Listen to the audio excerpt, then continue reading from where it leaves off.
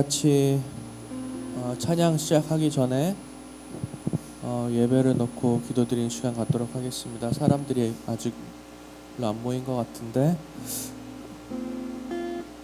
also for those helping out for the tech team, let's also use this time to pray.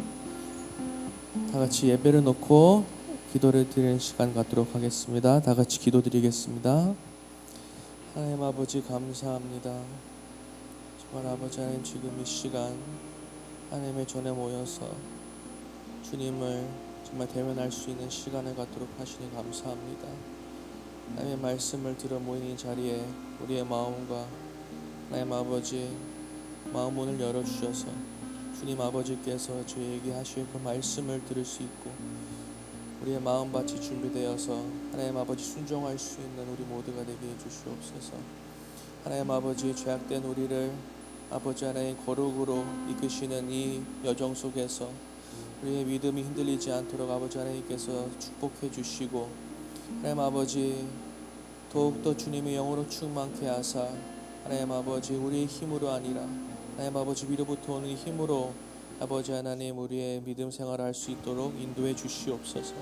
하나님 아버지, 지금 이 시간 아버지 우리의 모든 염려와 두려움과 걱정을 내려놓고 하나님 아버지의 마음을 헤아릴 수 있는 시간이 되게 해 주시옵소서.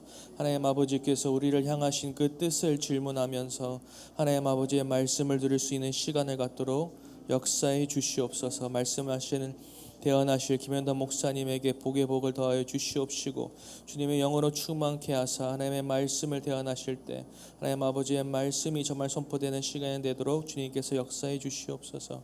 모든 영광 주님 아버지께 영광을 올려드리며 살아계신 우리 주 예수 그리스도 이름으로 기도드렸습니다. 아멘. 우리 다 같이 오랫동안 모든 죄 가운데 빠져 구찬송가는 206장에 있고요. 오랫동안 모든 죄 가운데 빠져 찬양하도록 하겠습니다.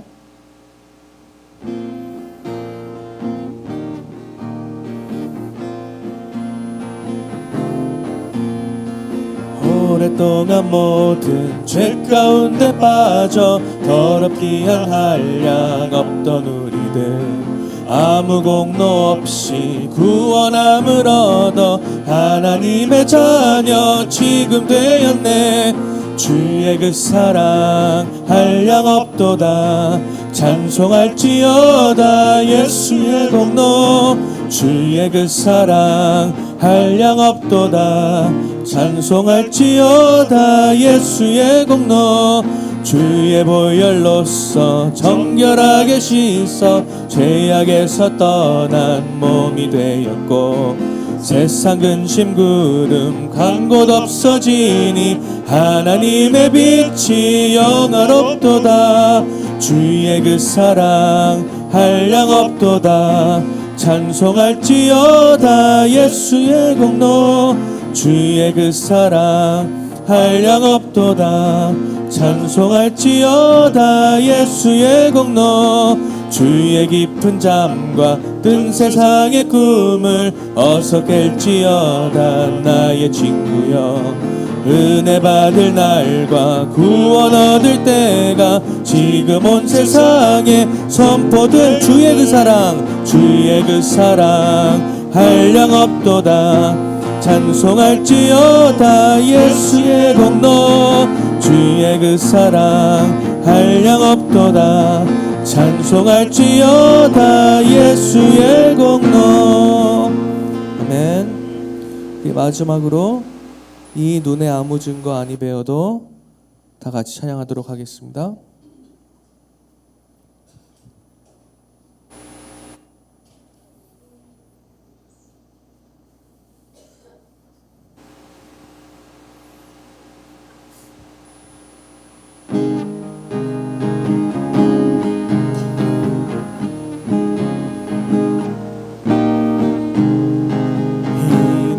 아무 증거 아니 배여도 믿음만을 가지고서 늘 걸으며, 이 귀에 아무 소리 아니 들려도 하나님의 약속 위에 서리라. 걸어가세 믿음 위에 서서 나가세 나가세 의심 버리고 걸어가세 믿음 위에 서서 눈과 귀에 아무 증거 없어도 이 눈에 보기에는 어떠하든지 이미 얻은 증거대로 늘 믿으며 이 맘에 의심 없이 살아갈 때에 우리 소원 주 안에서 이루리 걸어가세 믿음 위에 서서 나가세 나가세 의심 버리고 걸어가세 믿음 위에 서서 눈과 귀에 아무 증거 없어도 당신의 거룩함을 두고 맹세한 주 하나님 아버지는 참 미쁘다 그 귀한 모든 약속 믿는 자에게 능치 못할 무슨 일이 있을까 걸어가세 믿음 위에 서서 나가세 나가세 의심 버리고 걸어가세 믿음 위에 서서 눈과 다시 처음부터 찬양하도록 하겠습니다.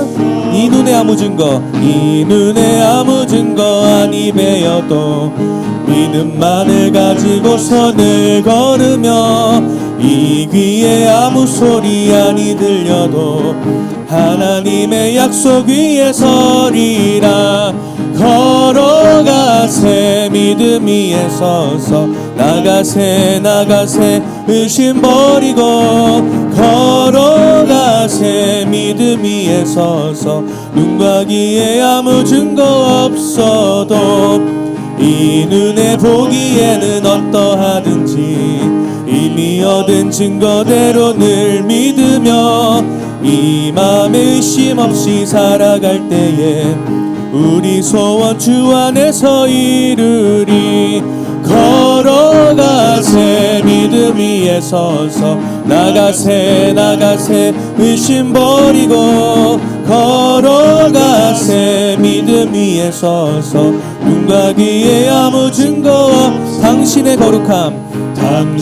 거룩함을 두고 맹세한 주 하나님 아버지는 참 미쁘다 그 귀한 모든 약속 믿는 자에게 능치 못할 무슨 일이 있을까 걸어가세 믿음 위에 서서 나가세 나가세 의심 버리고 걸어가세 믿음 위에 서서 눈과 귀에 아무 증거 없어도 아멘. 우리 다 같이 사도신경 읽도록 하겠습니다. 전능하사 천지를 만드신 하나님 아버지를 내가 믿사오며 그 외아들 우리 주 예수 그리스도를 믿사오니 이는 성령으로 잉태하사 동정녀 마리아에게 나시고 본디오 비달라에게 고난을 받으사 십자가에 못 박혀 죽으시고 장사한 지 사흘 만에 죽은 자 가운데서 다시 살아나시며 하늘에 오르사 전능하신 하나님 우편에 앉아 계시다가 저리로서 산자와 죽은 자를 심판하러 오시리라. 성령을 믿사오며 거룩한 공예와 성도가 서로 교통하는 것과 죄를 사하여 주시는 것과 몸이 다시 사는 것과 영원히 사는 것을 믿사옵나이다. 아멘.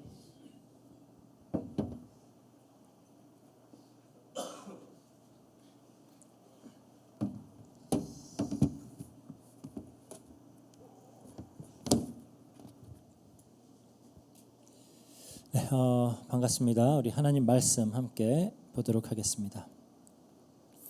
마태복음 26장 14절에서 16절 말씀입니다.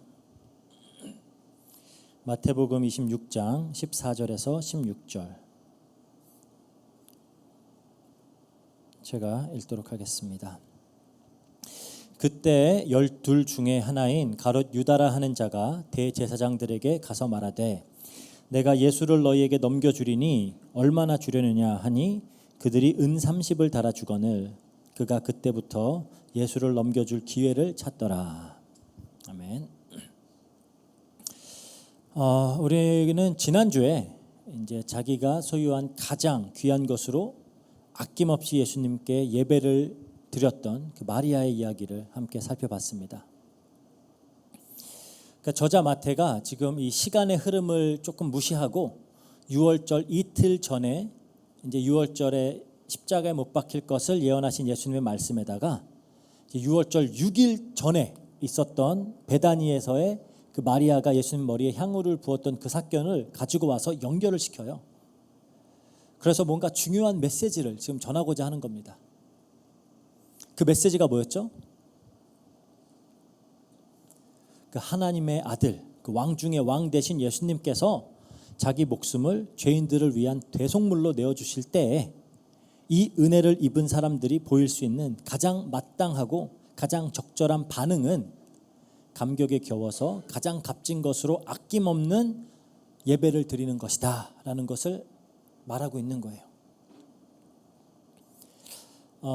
사실 그 마태복음의 기록만 살펴봐도 예수님이 이미 3번 그 당신의 십자가 고난과 죽음과 부활에 대해서 제자들에게 말씀하셨어요. 이미 마태복음 16장 21절에 마태복음 17장 22절 23절 그리고 마태복음 20장 17절에서 29절 벌써 3번이나 내가 십자가에 죽고 부활하고 할 거야 라고 말씀을 하셨죠. 그리고 이제 26장에서는 본문에서 4번째로 말씀하시면서 이번엔 정확한 날짜까지 밝히세요. 이틀 후 6월절이다. 그러니까 이번에는 그 죽음이 가진 의미가 무엇인지를 유대인들이 가장 잘 이해할 수 있는 방법으로 설명을 하신 겁니다. 그게 뭐예요? 6월절. 즉 6월절 어린 양이 피 흘려 죽음으로 이스라엘이 애굽으로부터 구원을 받았듯이 예수님의 죽음은 죄인들의 구원을 위한 대속적인 죽음이 될 것이다 라는 사실을 가르쳐주고 있는 거예요. 하지만 이때까지만 해도 좀 예수님이 곧 죽으실 것이다 라는 사실을 좀 진지하게 받아들인 제자들이 없었던 것 같아요. 어떤 비유나 뭐 상징적인 것으로 받아들였었는지 모르겠는데 어쨌든 그닥 진지하게 받아들이지 않고 있어요. 그런데 마리아는 알았습니다. 그렇죠? 마리아는 알았어요. 예수님이 죽으실 것을 그리고 살아나실 것을 알았습니다. 왜? 예수님이 이미 여러 번 말씀하셨어요. 그러니까 예수님의 측근이었던 마리아도 분명히 들었을 겁니다. 그런데 그녀만 정말로 믿고 있어요. 그리고 그 죽음의 의미를 알았어요. 그래서 그러니까 이 이스라엘 백성들이 그토록 오매불망 기다리던 메시아가 정말 손꼽아 기다리던 그 왕이 자신들을 죄로부터 구원하기 위해 속죄물로 되어서 죽을 것이다라는 사실을 마리아는 알고 있었던 거예요. 믿었던 거고. 그리고 그 죽음으로 인해 자신은 죄로부터 사망으로부터 구원을 받을 것이다. 영생을 얻게 될 것이다. 천국 축복을 누리게 될 것이다라는 것을 믿고 있고 알고 있었어요. 그러니까 그녀에게는 그 마리아에게는 이 은혜가 도무지 감당할 수도 좀 이해할 수도 없을 만큼 크게 다가왔던 거죠. 그러니까 이 감격을 이 감사를 표현할 수 있는 방법이 없어요. 그래서 자신이 가장 자기가 가진 것 중에 가장 가치 있고 귀했던 그 향유를 아낌없이 예수님의 머리에서부터 발끝까지 다 부어버린 겁니다. 조금도 아깝다라는 생각을 하지 않았어요. 정말 내 잔이 넘치나이다 라고 할 수밖에 없는 그 고백을 할 수밖에 없는 감격으로 어찌 보면 어리석어 보일 수 있는 그런 행동을 한 거죠. 우리가 얘기했죠. 정말로 누군가를 사랑할 때 정말 그 큰 감사와 감격을 느낄 땐 사람들은 어리석어 보이는 짓들을 해요. 그리고 그게 예배예요. 예배. 그렇죠? 그래서 우리 이것이 예배다라고 우린 지난주에 공부를 했습니다. 오늘은 이제 하나님 앞에 드리는 이 예배도 정말 오늘 우리 예배가 그런 예배가 되었으면 좋겠어요. 그래서 마리아는 최고의 예배를 예수님께 드린 겁니다. 하지만 동시에 또 이 마리아가 한 일은 예수님의 죽음을 좀 사실적으로 준비한 일이기도 해요. 왜냐하면 마리아만 믿었어요. 마리아만 믿었어요. 사흘 후에 예수님이 다시 일어나실 것이다. 그래서 이제 생각을 했겠죠. 그러면은 3일 동안 죽어 계실 건데 그 신체의 부패와 어떤 악취를 방지해야 되겠다라고 생각을 했던 것 같아요. 그래서 원래부터 그 나드 한 근을 가지고 있었던 것인지 아니면 가진 걸 다 털어서 그걸 산 건지는 알 수가 없지만 어쨌든 자신이 판단하기에 가장 필요하다라고 여겨지는 일, 지금 이게 가장 예수님을 위한 일이다라고 여겨지는 일을 한 거예요. 그러니까 예수님이 말씀하셨잖아요. 직접 나의 장례를 준비한 것이다. 그렇죠? 그리고 예수님이 이걸 기뻐 받으셨죠. 기뻐 받으셨어요. 그러니까 이 메시지를 전하기 위해서 마태가 이 시간 순서에도 맞지 않게 마리아 이야기를 갑자기 삽입시킨 거예요. 6월절 이틀 전인데 갑자기 6일 전의 일을 끄집어 당겨다가 일부러 그 메시지를 전하고 있는 겁니다. 그리고 이제 이어서 오늘 본문이 나오는 거죠. 가룟 유다 이야기가 나오는 겁니다. 14절에 보니까 그때라는 이제 부사로 시작을 하죠. 이게 이제 마리아가 예수님께 향유를 부었을 때 그 이야기가 아니라 다시 6월절 이틀 전으로 돌아왔다라고 보는 견해가 지배적이에요. 그러니까 여전히 6월절에 십자가에 달려 죽으실 그 예언을 하신 예수님의 말씀에 대한 또 하나의 반응이, 하나는 마리아의 반응이었다면 다음 반응이 이제 유다의 반응인 겁니다. 그걸 바로 다음에 위치시켜서 유다와 마리아를 딱 대척점에 두고 어떻게 반응할 수 있는지를 보여주는 거예요. 사실 이 유다 이야기를 제가 지난주 본문에 그냥 포함시켜서 마리아 이야기할 때 같이 그냥 했어야 되나 이렇게 고민을 좀 했었어요. 좀 설교 한 편으로 담기에는 좀 이렇게 내용도 너무 짧고 특별히 뭐 어떤 교리적인 메시지가 있는 것도 아니고, 그래서 그냥 간단하게 다루고 아니면 그냥 예수님과 제자들의 마지막 만찬 이야기로 그냥 넘어갈까 이렇게 생각을 했었는데, 이 유다에 대한 그 본문의 기록을 이렇게 묵상하면서 이 본문의 맥락 안에서 정말 우리 신자들에게 시사하는 바가 매우 크다라고 판단을 했어요. 그래서 이 내용을 아예 그냥 따로 다루기로 하고 이제 준비를 한 겁니다. 마리아가 예수님의 대속에, 그 대속의 은혜에 가장 합당한 반응을 보인 인물이라면 그 정반대에 서 있는 게 지금 가룟 유다예요. 가룟 유다 잘 알죠? 그 단테의 신곡에 보면은 지옥편에 이제 지옥에 총 9층이 있어요.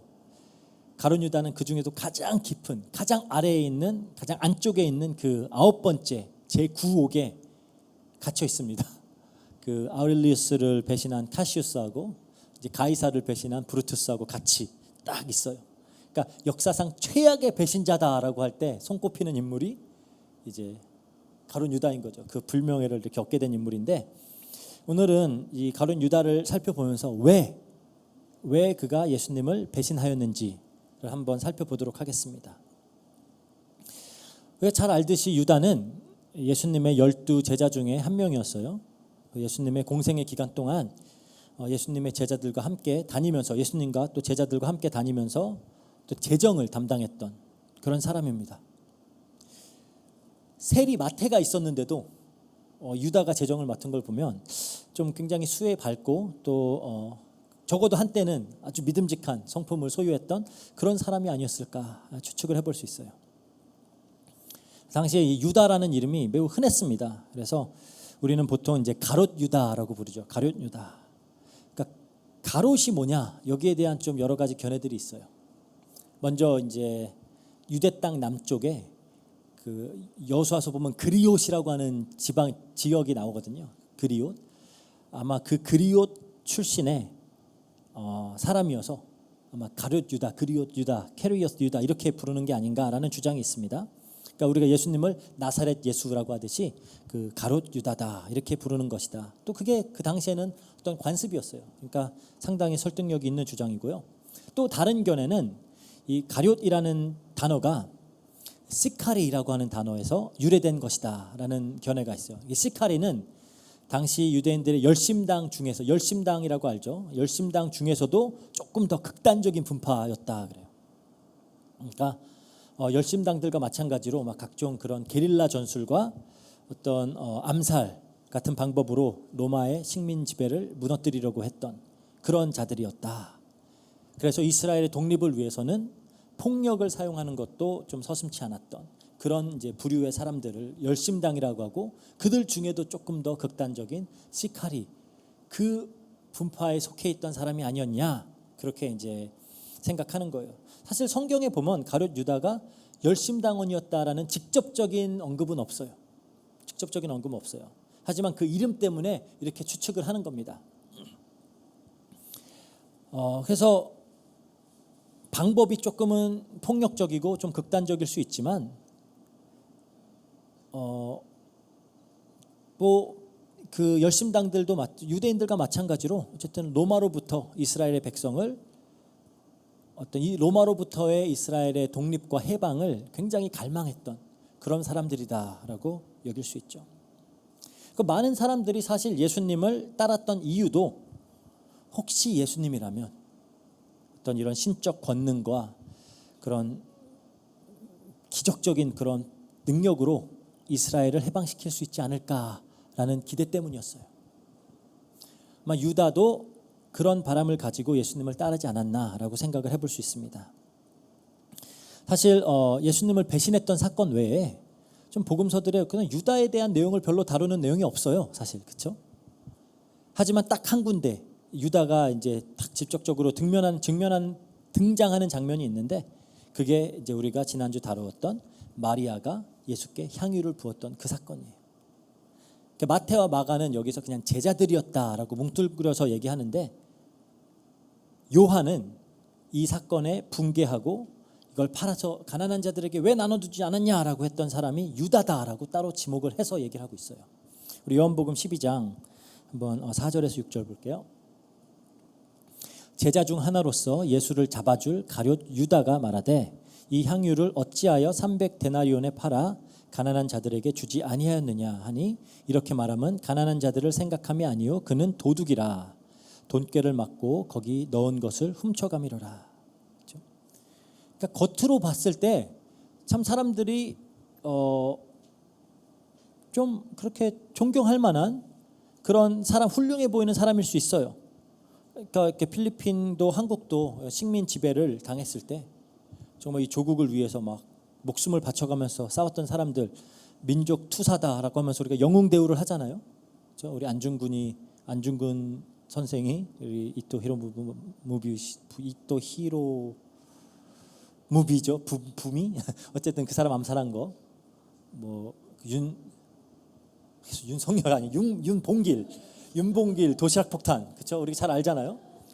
이게 사실 도시락 폭탄이 아니었대요. 물병 폭탄이고 이게 실패했을 때 도시락 폭탄으로 자결하려고 했던 건데 이제 그게 좀 그 스토리가 엉켰다 그러더라고요. 어쨌든 우리가 이런 사람들 굉장히 어떤 민족의 영웅으로 보잖아요.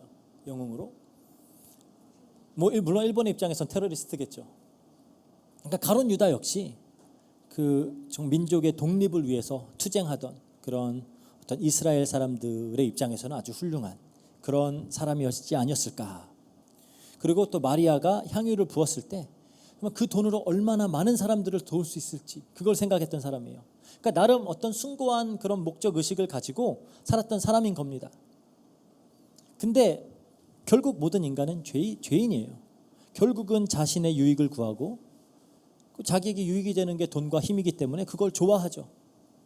사실 이스라엘의 독립과 어떤 정의롭고 평등한 그런 사회의 추구도 자신의 명예와 풍요와 성공을 위한 수단이었던 거죠. 근데 제가 이렇게 얘기하는 게 가룟 유다만 못된 사람이다라고 매장하려는 의도는 전혀 없어요. 사실 그렇지 않은 인간이 있나요? 그렇죠? 모든 사람이 다 그렇잖아요. 막 그런 공정한 사회, 뭐 정의로운 사회 부르짖으면서 정치에 뛰어들고 막 사회 운동하는 사람들도 결국 명예와 뭐 성공과 부로부터 자유롭지 못한 모습들 우리는 늘 보잖아요. 그러니까 왜 공산주의 같은 그런 모두가 평등한 사회를 꿈꾸는 그런 이념들이 다 독재로 끝나냐고요. 이렇게 인간은 다 죄인입니다. 다 죄악돼요. 그래서 은혜가 필요하고 구원이 필요한 거죠. 안타깝지만 가룟 유다는 그 은혜를 입지 못한 사람이었던 거예요. 그러니까 예수님을 자신의 동기를 이루기 위한 수단으로만 봤던 겁니다. 처음엔 막 흥분이 됐겠죠. 막 병자들 고치고 죽은 사람도 살리고 막 수많은 어떤 기적들을 베풀어서 막 많은 사람들을 먹이니까 와, 이 사람 뭔가 되겠다. 어딜 가나 막 수많은 사람들이 따르잖아요. 그러니까 이 사람 옆에만 있으면 나중에 로마 무찌르고 이스라엘이 독립국가로 세워질 때 나도 한 자리 할 수 있겠구나. 그렇게 생각을 했던 것 같아요. 그리고 그때까지만 해도 예수님이 아마 굉장히 크고 대단하고 가치 있어 보였을 거예요. 자신에게 있어 너무나도 가치 있는 존재로 여겨졌을 겁니다. 왜? 자신이 원하는 이상적인 세상을 만들 수 있는 유일한 희망처럼 보였어요. 그래서 다 버려두고 예수님 따른 겁니다. 그런데 예수님을 지켜볼수록, 더 가까이에서 겪어볼수록 이 대단한 야망을 가진 사람 같지가 않아요. 그리고 자기가 가졌던 비전과 일치하지가 않아요. 가르치는 내용을 듣자 하니 갈수록 공감하기가 힘들어요. 뭐 막 지도자들한테 잡혀 죽을 거라 그러죠. 막 사람들의 환호를 막 받으면서 예루살렘에 입성했을 때까지만 해도 아마 막 희망이 느껴졌을 거예요. 아, 우리가 이제 바로 안토니오 성체로 진격해서 로마와 전쟁하는구나. 그런데 이 근 며칠간의 행적을 보니까 더 실망스러웠을 겁니다. 로마와 싸우진 않고 유대 종교 지도자들하고 싸워요. 별것도 아닌 외식 문제 가지고. 그리고 막 가이사의 것은 가이사에게 주래요. 이게 뭔 소리야 싶겠죠. 그러더니 이제 성전이 무너지고 예루살렘이 멸망할 것이다, 막 이런 소리를 해요. 그러니까 당장이라도 막 로마와 가서 싸웠으면 좋겠는데 뭐 어딜 갔다가 다시 온대요. 그러니까 막 이해할 수 없는 이야기만 해요. 그러니까 막 자기 기대가 다 무너져 버리는 겁니다. 아, 더 이상 이 사람을 따를 만한 가치가 없구나. 이 사람을 위해서 목숨 바쳐 따를 만한 가치가 있어 보이지 않았어요. 되게 재밌는 게 그 다른 제자들은 그래도 예수님께 주여 주여 하잖아요. 유독 유다만 예수님께 항상 랍비여 합니다. 랍비여 해요. 그러니까 예수님이 이 제자 중에 한 명이 나를 팔 거야 라고 하니까 유다가 그래요. 랍비여, 나는 아니죠. 이미 팔기로 지가 다 작전 짜놓고서 랍비여, 나는 아니죠. 겟세마네 동산에서 이제 예수님한테 입맞추면서 이제 예수님 잡으라고 이제 신호를 보낼 때도 랍비여 안녕하시옵니까. 그러니까 다른 제자들은 그 베드로의 고백처럼 희미하게나마 예수님이 그리스도다, 살아계신 하나님의 아들이다 깨달아 가고 있었어요. 그런데 가룟 유다는 그냥 한 명의 랍비, 선생 정도. 근데 이제 자신의 기대를 깨트려 버린 선생.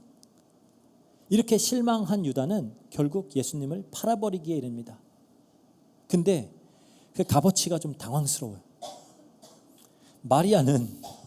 마리아에게는 300데나리온의 향유를 다 쏟아부어도 전혀 아깝지 않을 만큼 값어치 있었던 예수님이 가룟 유다에게는 은 30의 가치밖에 없었어요. 그러니까 유다가 대제사장들에게 가서 이제 예수님을 넘겨줄 것을 제안하면서 물었죠. 얼마를 주겠느냐? 그러니까 은 30을 달아줬습니다. 보통 우리가 금액을 흥정할 때 돈을 받을 사람은 좀 높은 값을 부르고 줘야 하는 사람은 좀 낮은 값을 부르잖아요. 그러니까 우선 제사장들이 제일 낮게 부른 거예요. 뭐 더 비싸다고 안 줬겠어요? 제일 낮게 불렀는데 30. 그러니까 그러면서 이제 서서히 올라가면서 뭔가 합의점을 찾으려 그랬겠죠. 유대인들도 그 장사에 아주 도 같은 사람들이니까. 그런데 가장 낮은 금액 30, 은 30을 그냥 덥석 물어요. 그러니까 유다한테 지금 예수님의 가치는 그거밖에 안 되는 겁니다. 은 30밖에 안 돼요. 그 은 30이 어느 정도 금액이냐? 이건 구약 성경을 보면 알 수 있어요. 출애굽기 21장 32절 볼게요. 소가 만일 남종이나 여종을 받으면 소 임자가 은 30세겔을 그의 상전에게 줄 것이요 소는 돌로 쳐서 죽일지니라. 그러니까 은 30은 당시에 인간 이하의 취급을 받던 노예의 목숨값이에요. 예를 들어서 호세아 선지자가 그 노예 시장에 팔려가 있는 고매를 다시 사왔을 때, 그렇죠? 그때 은 15세겔과 보리 한 호멜 반, 그렇죠? 보리 한 호멜 반은 또 15개 은이에요. 15셰켈이에요. 그러니까 은 30. 그게 노예 사오는 값이에요. 노예 사오는 값. 그러니까 유다가 조금 더 흥정했으면 더 높은 가격을 분명히 받을 수 있었겠죠. 하지만 지금 가룟 유다에게 예수님은 은 30이면 충분해요. 그렇게 생각을 한 겁니다. 더 이상 자기에게 필요가 없어진 예수님이에요. 그러니까 이젠 노예 한 명의 가치밖에는 안 됐던 겁니다. 그래서 은 30에 예수님을 팔았죠. 그리고 이 은 30에 예수님을 판 이야기, 그리고 나중에 그 돈을 이 제사장들에게 던져버린 그 이야기는 구약의 어떤 성경의 한 장면을 떠오르게 해요. 그게 스가랴서 11장입니다. 스가랴서 11장. 이게 17절까지 읽기 때문에 뭐 좀 길어서 다 읽어볼 수 있으면 좋겠지만 시간 관계상 제가 그냥 설명을 하겠습니다. 나중에 한번 읽어보세요. 하나님이 이 스가랴 선지자에게 잡혀 죽을 양떼를 먹이라 그래요. 잡혀 죽을 양떼를 먹이라 이렇게 말합니다. 여기서 이제 스가랴 선지자는 예수님을 예표하고 있어요. 그런데 왜 잡혀 죽을 양떼들이죠? 그 목자들이 너무나 타락을 했어요. 그래서 목자들이 막 양을 불쌍히 여기지 않고 양들을 막 이리저리 막 팔아요. 그래갖고 막 잡혀 죽습니다, 양들이. 그런데 그 목자들은 그 양을 팔아서 벌은 돈을 가지고 오히려 하나님을 찬양합니다. 아, 하나님 찬양합니다. 감사합니다. 제가 돈 벌었어요. 막 이러고 있어요. 참 너무 형편없는 그런 목자들이죠. 지금도 어떻게 보면 막 성도들 빚더미 위에 앉혀놓고 막 건물 지었다고 좋은 차 샀다고 자랑하는 목사들 있잖아요. 그러니까 비슷한 거예요. 그냥 어떤 자기의 유익을 위한 수단으로만 보는 거죠, 양들을. 그리고 막 그런 예수님 믿는다고 하는 사람들 중에도 어떤 불의한 방법으로, 아주 세상적인 방법으로 부를 축적하고 성공을 한 다음에 하나님한테 입으로는 하나님 감사합니다 막 이렇게 하는 사람들 많이 있죠. 또 그걸 간증이라고 막 말하고, 하지만 결국 들어보면 자기 자랑이고, 그렇죠? 그런 것들을 많이 보게 됩니다. 그러니까 그러면서도 어떤 신앙의 정당성은 챙기고 싶으니까, 그래서 나 되게 믿음 좋은 사람이라고 또 칭찬받고 싶으니까 그렇게 하는 것도 굉장히 많이 보죠. 그러니까 이스라엘의 지도자들이 딱 그런 사람들이었던 거예요. 양들을 이용해 먹으면서 불의한 수단으로 자기의 유익을 구하면서, 그러면서도 신앙의 정당성까지 챙기고 사람들한테는 칭찬받으려고 하는 그런 사람들인 겁니다. 그러니까 이스라엘이 막 이 나라 저 나라로 넘어가 버리는 거예요. 바벨론으로 넘어갔다, 페르시아로 갔다가 헬라로 넘어갔다, 로마로 넘어갔다. 그러니까 이제 죽임 당할 양들이라는 거죠. 곧 잡혀 죽을 양인데, 스가랴가 양떼를 돌보겠다라고 합니다. 양떼를 돌보겠습니다. 그래서 이 양들을 가련히 여기면서 이제 양들을 돌봐요. 스가랴 11장 7절에 그럽니다. 내가 잡혀 죽을 양떼를 먹이니 참으로 가련한 양들이라. 내가 막대기 둘을 취하여 하나는 은총이라 하며 하나는 연합이라 하고 양떼를 먹일세.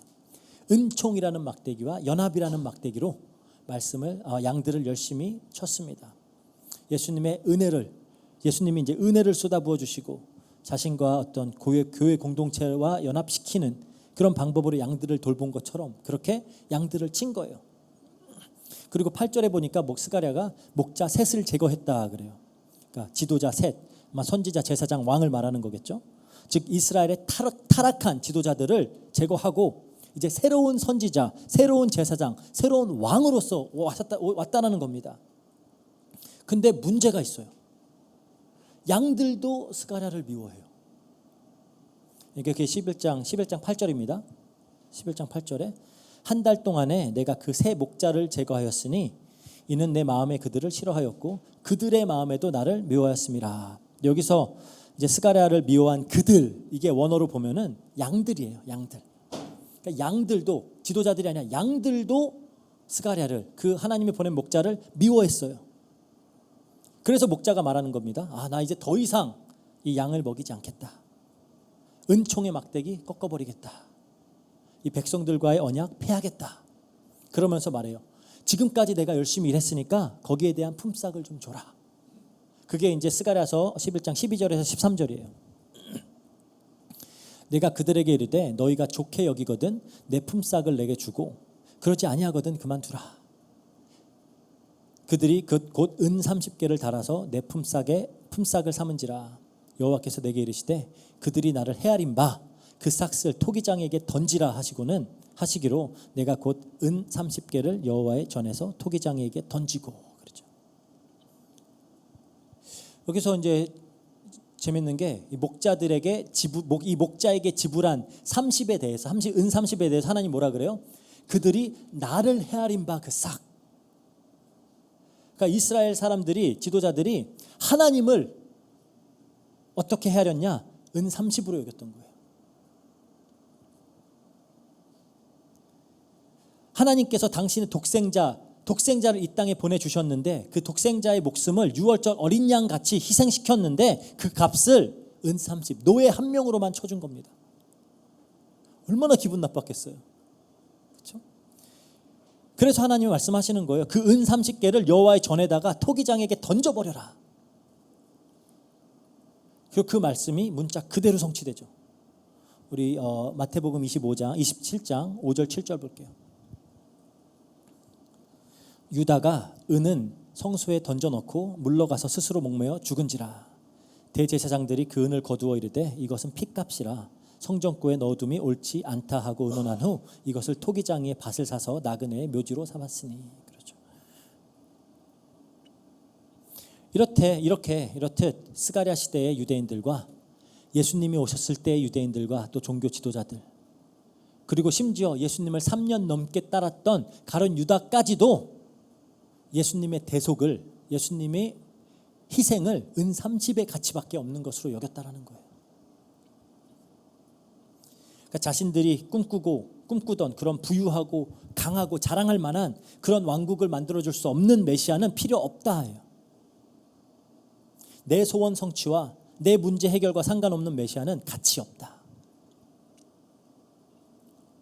이렇게 우리가 이제 자기 백성을 위해 자신의 목숨을 내어놓은 한 왕에 대한 서로 대척점에 있는 두 인물의 반응을 우리가 살펴본 겁니다.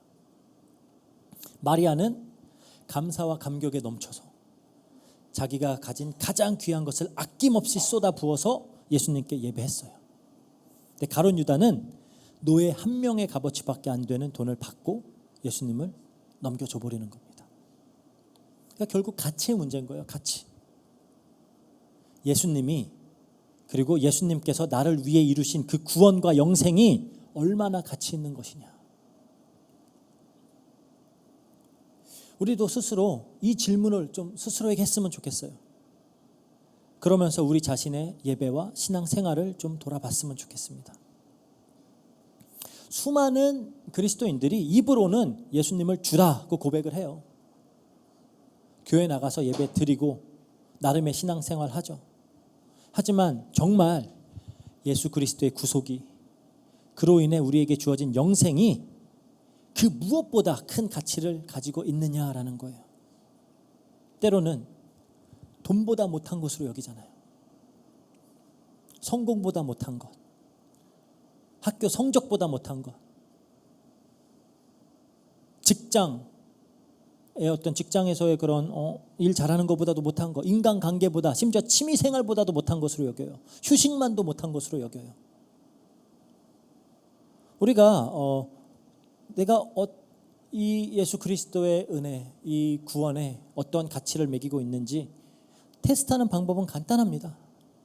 지금 나의 시간과 물질과 에너지가 어디에 소비되고 있는지만 확인하면 되는 거예요. 말로는 신앙생활 다 누구나 잘 할 수 있죠. 좀 유치한 질문이지만 제가 물어볼게요. 너무나, 우리 여기 또 어린 학생들 있으니까 너무나 좋아하는 가수의 공연 그 VIP 티켓이 생겼어요. 정말 너무 좋아해서 막 내 컴퓨터, 핸드폰, 배경화면 다 이 가수야. 맨날 귀에 꼽고 음악 듣고 막 심지어 그런 굿즈들 막 발매하면은 그거 다 사고 웃돈을 얹어서라도 막 살 정도로 그렇게 좋아하는 가수예요. 그런데 하필 그 공연이 주일 예배 시간과 겹쳐버리네. 좀 유치한 상황이지만 그러면 이제 수많은 생각이 들겠죠. 수많은 생각이 들 거예요. 아유, 예배야 그럼 매주 갈 수 있지만 이 공연은 인생에 단 한 번인데, 아니 공연 갔다 와서 온라인으로 예배 드리면 되지. 그렇죠? 이렇게 우리가 이제 공연에 가야 하는 각종 이유를 막 생각해내야 되겠죠. 그렇게 하고 있다는 것 자체가 사실 예배보다는 가수의 공연이 나에게는 더 가치 있다라는 반증이잖아요. 뭐 어디 이뿐이겠어요? 심지어 뭐 좀 맛있는 거 먹으러 갈 기회만 생겨도 예배와 겹치면은 음식을 택하는 사람들이 많은데, 근데 다른 중요한 일이 없을 때에만 드리는 예배를 하나님이 기뻐 받으실까요? 은 30개 정도로만 가치를 매기고 드리는 예배를 하나님이 받으셔야 되나요? 하나님이 던져버려라 하면 어떻게 할 거예요? 어떤 이들은 정말 하나님이 그리고 예배가 자신에게 도움이 될 때에만 가치 있다라고 여깁니다. 내게 도움이 될 때만. 그러니까 내 소원 들어주고 내 문제 해결해주고 나를 위로해주고 내 자존감을 높여주고 내가 안전하다라고 느낄 수 있게 해주고 그러면 가치가 있어요.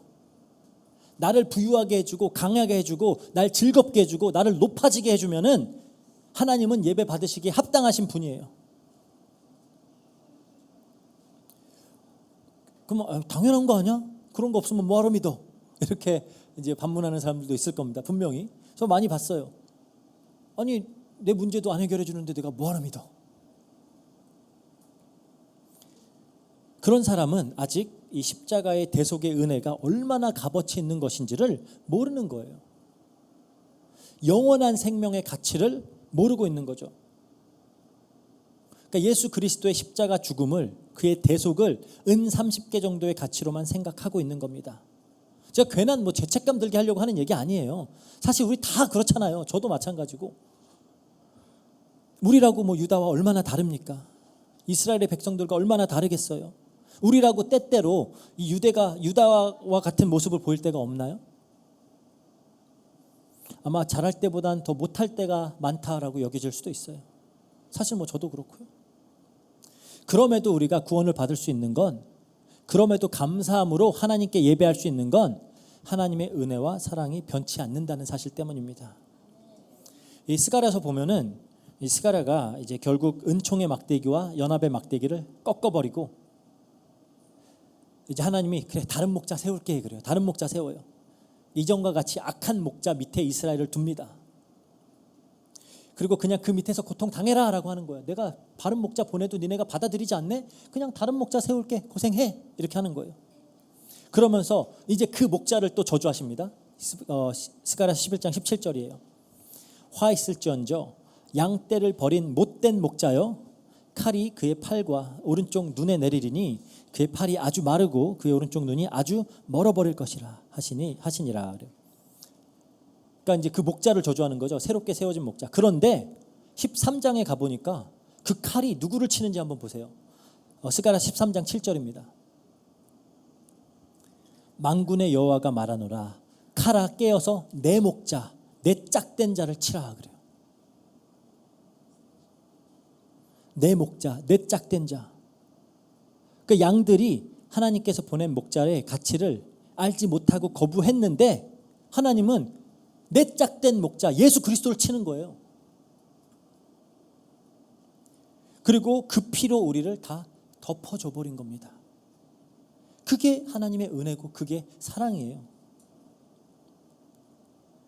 우리가 이 은혜 그리고 이 사랑의 가치를 조금은 더 깊이 깨닫고 그에 합당한 예배를 하나님께 드리자라고 하는 겁니다. 그래서 우리 2025년도 이 한 해, 새해를 시작하는 이 시점에 좀 우리가 먼저 이 바른 예배를 회복하고 갔으면 좋겠어요. 물론 우리가 가족 복음화라는 올 한 해의 방향이 있죠. 하지만 이 가족 복음화도 우리가 예수 그리스도의 대속의 의미를 더욱 깊이 깨닫고 그 참 가치를 발견하고 그에 합당한 예배를 드릴 때 나타나는 우리의 변화에서부터 시작하는 거예요. 그래서 우리가 좀 올 한 해는 이 예배, 바른 예배 회복 이것도 놓고 기도했으면 좋겠습니다. 우리가 서로 좀 이렇게 encourage 해주고 맞췄으면 좋겠어요. 이제 돌아보고 유다가 되지 말고 마리아가 됩시다.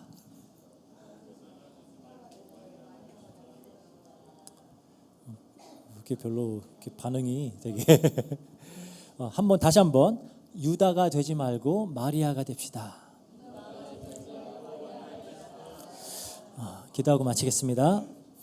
사랑과 은혜가 풍성하신 하나님 감사합니다. 이 마리아와 유다를 통해 이 예수 그리스도의 이 속죄가 그로 인해 이루어진 구원이 누군가에게는 얼마나 가치가 있는 것이 될 수 있으며 또 누군가에게는 얼마나 가치 없는 것이 될 수 있는지를 동시에 볼 수 있도록 허락하시니 감사합니다. 우리는 유다가 되지 않고 마리아가 되기를 원합니다. 예수 그리스도와 그분께서 이루신 그 구원과 영생 그리고 축복, 천국의 축복의 가치를 바르게 알고 거기에 합당한 예배를 하나님께 드리길 원합니다.